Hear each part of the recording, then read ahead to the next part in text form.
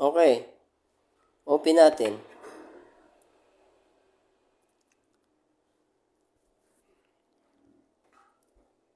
May settings tayo na ipapakita, engineer, dito sa coordinate system. I-on natin ang geoid file para yung altitude, height, at ang elevation ay coincide. Okay? Pag naka-off kasi yon, iba yung altitude, height sa elevation kapag naka-off. Kapag naka-activate naman, magiging coincide ang altitude, height, at ang elevation. So, ito yon. Project, coordinates, system. Dito sa baba, pangatlo sa baba, geoid file. Nakakulay black yung icon niya.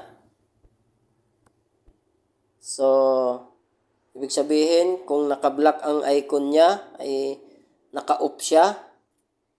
Hindi siya activated. Ngayon, i-on natin siya. Tap mo lang yan, engineer. Then use. Ito sa taas. Yan lang. I-check mo lang yan, i-on. Naka-blue yan. And then yung sa 7 parameters elevation ko superposition, naka-off lang. Wag mo nang i-on yan. Isa lang ang i-on dyan, yung use. Then dito sa baba ka na, engineer. Okay. At makikita mo na yung icon niya na gear, naka-blue na. Ibig sabihin, activated.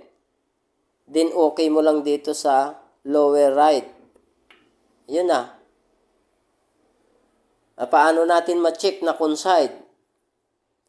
Dahil naka-on na yung altimeter geoid, para maging correct o maging coincide yung altitude, height, at ang elevation reading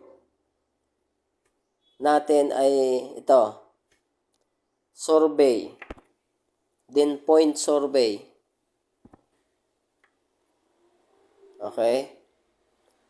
So, mag-measure tayo. So, point 2, okay mo lang. Then,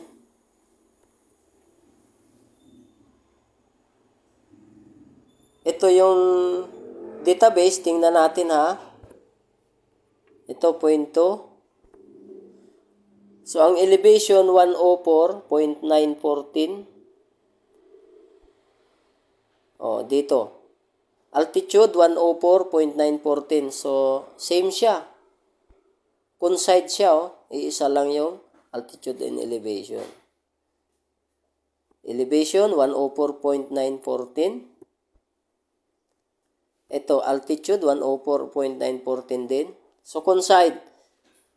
Yan yung sinasabi natin na kapag activated yung geoid, coincide yung altitude, height, at ang elevation. So, yun, pinakita natin na dapat naka-on na lang para coincide yung dalawa. If ever kasi na hindi naka-on yun, kung sakali, ay possible hindi magko-coincide yun, engineer. Okay? So, sige, pakita natin dito. Okay? So, project, coordinate system. So, baba ko, Ito. Geoid file naka-blue. So, activated ngayon. Ang gawin natin ngayon, if ever na naka-off yan, sige, i-off natin, ha. Tap mo yan, engineer. And then yung use, i-off mo lang yan. Ganyan. So, naka-off na yan. Then, okay mo sa baba. Yan. Tingnan mo yung geoid file. Naka-black na yung icon na gear. So, naka-off yan. Hindi activated. Then, okay mo sa lower right. And then, tingnan natin ang reading. Mag-read tayo kung ano ang magiging altitude, height ngayon at ano ang elevation reading din ngayon, samantalang in-off na natin. no? Tingnan natin. So, survey, point survey. So, reading tayo measure. 3.3, okay lang. Din okay ko lang. Din yung mga data na nakarecord dito na punta engineer sa bandang kanan sa baba. Okay, tap ko yan Ito yung number 3. Okay? So, sa number 3, ang elevation natin ay 61.316. Okay. So, tingnan mo yung altitude. 104.947. Okay? So, ayan iba. Hindi siya coincide sa elevation ang altitude height kapag hindi naka-activate ang geoid. So, better siguro na activate, no? I-activate natin. Okay? So, yun lang yung pinakita natin dito, engineer. So, i-activate na lang natin. Project, coordinate system, geoid sa baba, pangatlo sa baba, use, then, okay ko lang dito sa baba, then okay. So, naka-blue na, so activated yung geoid. Then, okay. And then, titingnan natin yung reading. Point survey, point survey. Then, measure ako. 0.4 na, record. So, titingnan ko yung data. Point database. Yan. So,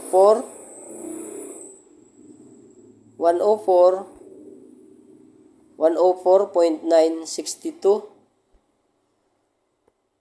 And then, yung altitude niya ay 104.962 rin. Ayan So, coincide yan Coincide, engineer. Di ba? So, coincide.